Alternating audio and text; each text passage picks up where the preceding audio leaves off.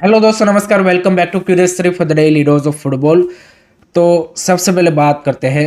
India under 17 knocked out from the AFC under 17 Asian cup and also lost the opportunity to qualify for FIFA under 17 world cup. कल Uzbekistan ने काफ़ी comfortably one sided आप बोल सकते हैं कि 3-0 से हरा के जो इंडिया का मेरिट बेसिस पे अंडर 17 वर्ल्ड कप क्वालिफाई करने का सपना था उसको और ज़्यादा डिले कर दिया है। And again not good enough performance और यू कैन से कि डिसअपॉइंटिंग परफॉर्मेंस।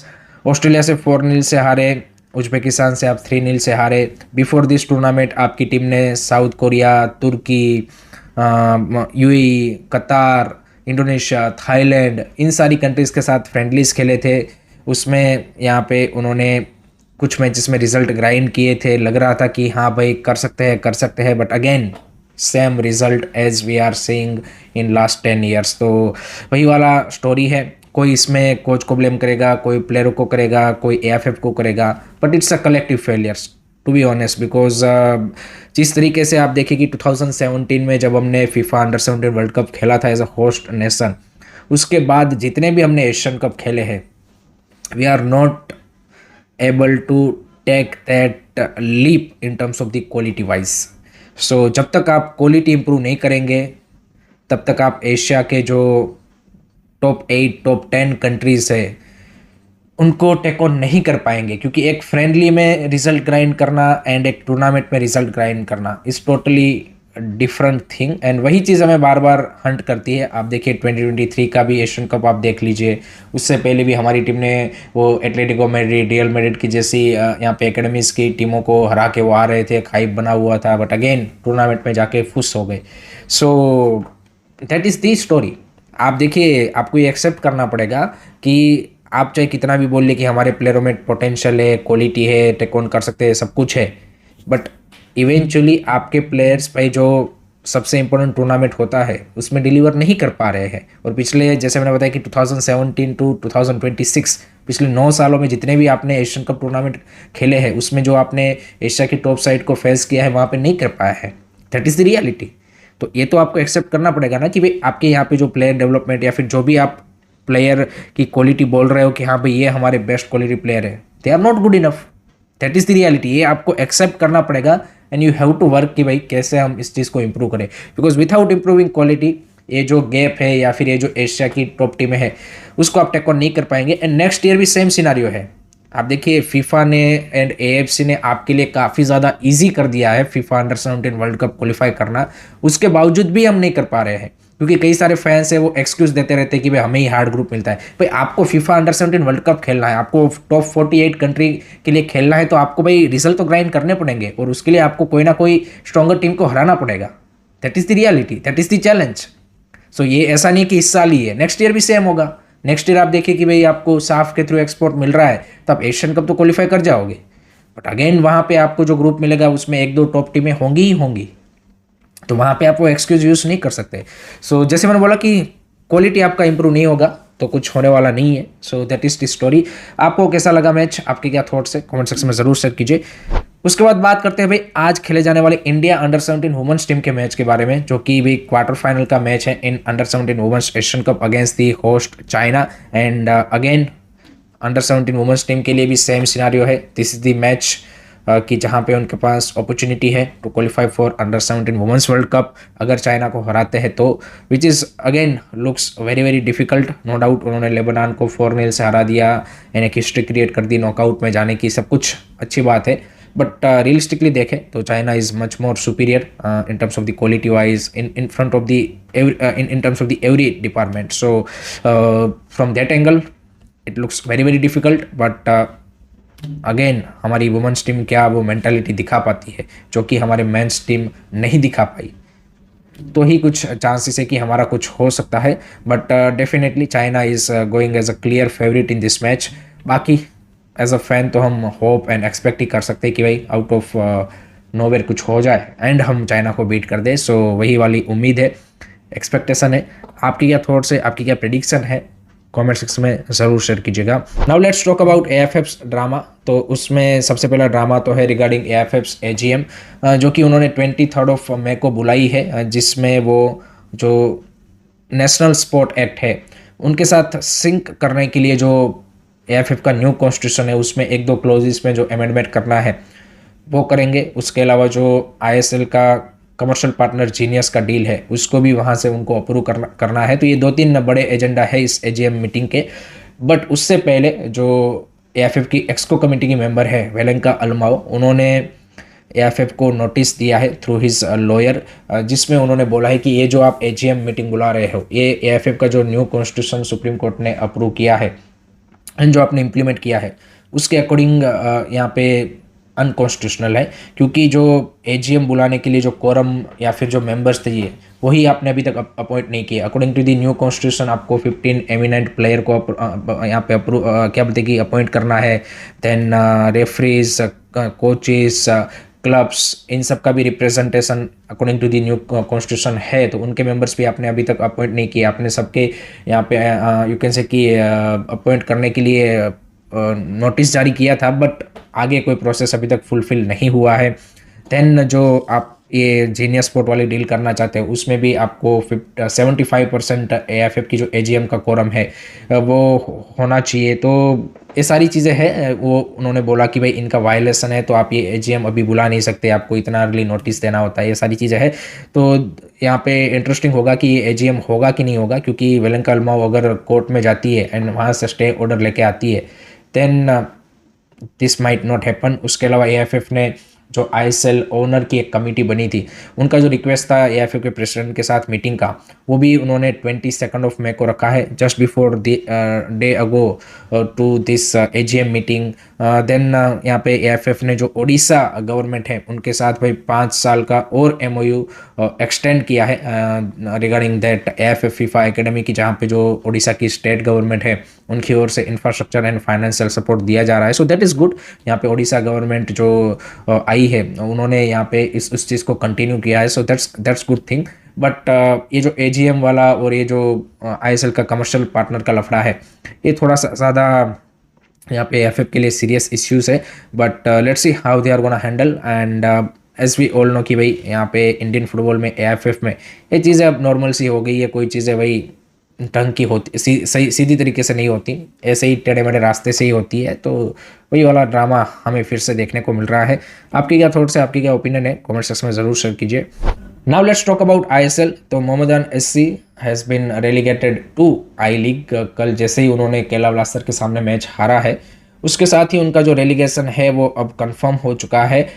लीगली वो इस चीज़ को आई वुड से कि अपना जो रेलीगेशन है उसको बचा सकते हैं, but I don't think so कि फाइनेंशियली मोहम्मदन एससी अभी इस सिचुएशन में है कि वो यहाँ पे लीगल बैटल लड़ेंगे, क्योंकि जिस कंडीशन में आईएसएल इस सीज़न हुआ है उसमें कई सारे लीगल लूपहोल्स है कि जिसके चलते क्लब्स अगर लीगल पाथवे ऑप्ट करता है तो उनके पास चांसेस है कि वो रेलीगेशन को बचा सकते हैं। बट मोहम्मदन की अभी फाइनेंशियल कंडीशन ऐसी है नहीं, सो आई थिंक वो लोग आई लीग में रेलीगेट हो जाएंगे।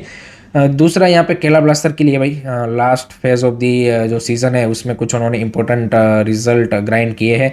कल एक इंटरेस्टिंग टिफो भी देखने को मिला केला ब्लास्टर फैंस की ओर से इन द स्टेडियम की, जहाँ पे उन्होंने बोला कि हमारी जो लॉयल्टी है वो है towards the batch not towards the result. So वो जो केला ब्लास्टर फैंस एंड क्लब का जो फाइट है वो ऐसे ही अभी भी कंटिन्यू है, वहाँ पे अभी तो कोई सॉल्यूशन दिख नहीं रहा है। ऑन दी अदर साइड भाई नॉर्थ ईस्टर्न यूनाइटेड एफसी ने भी फाइनली एक इंपॉर्टेंट कन्विंसिंग विन हासिल किया है ओवर चेन्नई एफसी, 4-1 से उनको हराया है। तो for the Pedro Benali's team also that is a good result, because recently पिछले कुछ मैचेस में काफ़ी पुअर परफॉर्मेंस नॉर्थ ईस्ट की ओर से हमें देखने को मिली थी। On the other side Chennai FC का भाई this is not been their best season, so I think they are just managed to survive this season, and most of the club का भी ये एम था या फिर ये टारगेट था कि ये सीज़न हमें टाइटल के लिए नहीं फाइट कर रहे, we are just fighting for the survival. तो from that perspective Chennai FC के लिए भाई वो टारगेट तो उन्होंने अचीव कर लिया है। उसके साथ ही भाई इंटर काशी के जो हेड कोच है एंटोनियो हबास, उन्होंने भाई यहाँ पे एक फेयरवेल मैसेज सोशल मीडिया पे डाल दिया है कि जहाँ पे उन्होंने इंटर काशी को टाटा बाय बाय बोल दिया है। उन्होंने बोला कि मिशन यहाँ पे कंप्लीटेड, क्योंकि जो ओनर्स या फिर फैंस की ओर से जो टारगेट था वो ये था कि भाई आई लीग से आईएसएल में प्रमोशन लेना एंड देन उसके बाद आईएसएल में इस सीज़न सर्वाइव करना। तो वो उन्होंने बोला कि अचीव कर लिया है, but I think the reason behind this departure is obviously the financial issue at the club, so that might lead him to say goodbye to Inter Kashi. देखते हैं इंटर काशी का भी क्या फ्यूचर होता है नेक्स्ट सीज़न, वो भी एक काफ़ी इंटरेस्टिंग होगा देखना। एंड देन उसके अलावा भी फॉर्मर इंडियन एरोज मोहन बगान north east United FC player Sumit Rathi ने रिसेंटली पीटीआई को इंटरव्यू दिया है। He is currently without the club. तो उन्होंने बोला है कि भाई जो आईएसएल का फ्यूचर है या फिर आईएसएल की जो अनसर्टेनिटी है, this is obviously a bad for the country. And ISL में एक अच्छा पोटेंशियल था कि वर्ल्ड की जो टॉप लीग्स है उनके साथ वो कम्पीट कर पाए जब स्टार्ट हुआ 2014 में, एंड जैसे फर्स्ट के कुछ सालों में जिस तरीके से पूरा ऑर्गेनाइज किया गया। बट उन्होंने बोला कि धीरे धीरे भाई हर कोई ने अपना प्रॉफिट बनाने के लिए देखा, इसीलिए भाई लीग का ये हालत है। एंड उन्होंने ये भी बोला कि जैसे 2014 में यहाँ पे ऑक्शन टाइप प्लेयरों को पिक किया गया था, या फिर आईपीएल में जैसे ऑक्शन होता है उस तरीके से यहाँ पे ऑक्शन सिस्टम लागू करना चाहिए, ताकि प्लेयरों में वो एक कम्पिटिटिवनेस बना रहे कि भाई हर साल आपको यहाँ पे अगर खेलना है then you have to perform well. So ये सारी चीज़ें उन्होंने बोली है, बट ये बात तो सही है कि भाई जो आईएसएल जिस तरीके से स्टार्ट हुआ था एंड जिस तरीके से सभी स्टेक होल्डर्स ने, प्लेयर्स, कोचेस, क्लब ऑफिशियल्स, सब ने भाई अपना जेब के बारे में ज़्यादा सोचा rather than how making this product more sustainable. तो इसीलिए हालत है अभी आईएसएल का। तो that is the reality. And उसी सेंस में कल जो एफसी गोवा के सीईओ है रवि पुष्कर, उन्होंने भाई ये जो जीनियस स्पोर्ट वाली डील है उसके ऊपर काफ़ी बड़े क्वेश्चंस रेस किए हैं। उन्होंने बोला कि 15 साल का जिनके साथ हम कॉन्ट्रैक्ट साइन करने वाले हैं उसके साथ क्लबों को सिर्फ 15 मिनट ही बात करने दिया, ज़्यादा कोई क्लियरिटी है नहीं कि भाई किस तरीके से क्लबों को सेंट्रल पूल रेवेन्यू मिलेगा। तो ये सारे क्वेश्चन उन्होंने रेस किए कि हमें बोला जा रहा है कि आप इन्वेस्ट करो, बट सामने इन रिटर्न कोई क्लैरिटी नहीं है। तो इसके चलते हमारा भी जो नेक्स्ट सीज़न का स्कोर्ड बिल्डिंग है उसमें भी काफ़ी ज़्यादा अनसर्टेनिटी है, क्योंकि गोवा के 15 प्लेयरों का कॉन्ट्रैक्ट इस सीज़न खत्म हो रहा है, कोचिंग स्टाफ का कॉन्ट्रैक्ट खत्म हो रहा है, लेकिन अभी तक हमने कोई चीज़ रिन्यू नहीं की, क्योंकि obviously there is no clarity. Goa is playing next season AFC competition. तो ये सारे इश्यूज़ उन्होंने रेस किए, जेन्युइन इश्यू है, उसमें कोई डाउट नहीं है। बट जैसे मैंने बताया कि ये सिचुएशन भाई कोई एक बंदे से तो आया नहीं है, इट्स ओवरऑल कलेक्टिव फेलियर्स। तो देखते हैं कलेक्टिवली ये लोग ये रिजोल्व कर पाते हैं। Now let's move on to the world football. And उसमें भाई वर्ल्ड की जो one of the top 2 leagues है La Liga and Premier League, उनका टाइटल ऑलमोस्ट डिसाइड हो चुका है। जिसमें अगर ला लीगा की बात करें तो भाई बारसा ने अपने आर्क राइवल रियल मैड्रिड को कल एल क्लासिको में हरा के अपना जो ला लीगा का टाइटल है उसको डिफेंड कर लिया है। And what a moment for Barca to win a back to back La Liga title and for Madrid to go without trophyless and back-to-back season. So this is really something you can say कि historical in a way. And कल भाई जो Barça के head coach है Hansi Flick, उनके father का death हुआ था, उसके बावजूद भी उन्होंने साइडलाइन पे मैच को मैनेज किया। सो दैट शोज कि भाई as a you can say कि टीम किस तरीके से ये लोग यहाँ पे मूव फॉरवर्ड कर रहे हैं। That's why they are able to grinding this result and shown a huge progress in last 2 years। On the other side Madrid के लिए जो पूरा ड्रेसिंग रूम का माहौल है वो कंप्लीटली ऑपोजिट। एंड कल वो फील्ड के ऊपर भी दिख रहा था जिस तरीके से प्लेयर यहाँ पे खेल रहे थे, Barca were toying to be honest. So that was the scenario, but congratulation to FC Barcelona for winning the La Liga. On the other side Premier League का टाइटल आर्सेनल ने ऑलमोस्ट आप बोल सकते हैं कि भाई अब जीतने की कगार पे है, क्योंकि कल वेस्ट हैम के सामने उन्होंने क्रूशल 1-0 का विन हासिल किया है। लेकिन वहाँ पे एक बड़ा कंट्रोवर्सी हुआ है एंड वो हुआ है वीआर का।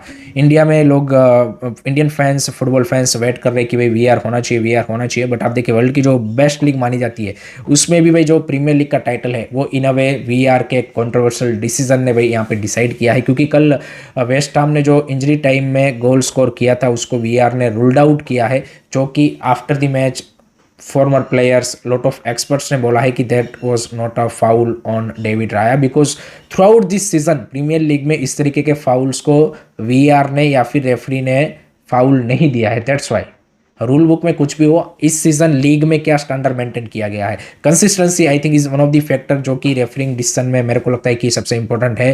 क्योंकि हम देखते हैं कि डिफरेंट लीग में, टूर्नामेंट में जो रूल्स है उसको डिफरेंट तरीके से इंटरप्रेट करके वो लोग यहाँ पे चलते हैं। यानी कंसिस्टेंसी होना चाहिए कि भाई आपने थ्रू आउट दिस सीजन अगर इस तरीके के डिसीजन को फाउल नहीं दिया है तो भाई आप जब लीग का लास्ट फेज चल रहा है और इतना इंपॉर्टेंट मैच है कि जिसमें भाई आपका टाइटल डिसाइड होने वाला है, उसमें आप भाई कैसे उसको यू कैन से कि कम्प्लीटली अपोजिट वे में डिसीजन दे सकते हो। तो दैट वाज द मोमेंट कि जिससे चलते भाई यहाँ पे आर्सेनल को क्रूशल 1-0 का विन एंड 3 पॉइंट मिल चुके हैं। सो मैनचेस्टर सिटी से अभी भी वो यहाँ पे आगे है एंड देखते हैं यहाँ पे लास्ट 2 मैच में अगर स्लिप अप नहीं करते then they are gonna win the Premier League title. आपका क्या ख्याल है, आपकी क्या थॉट्स है, कमेंट सेक्शन में जरूर बताइए।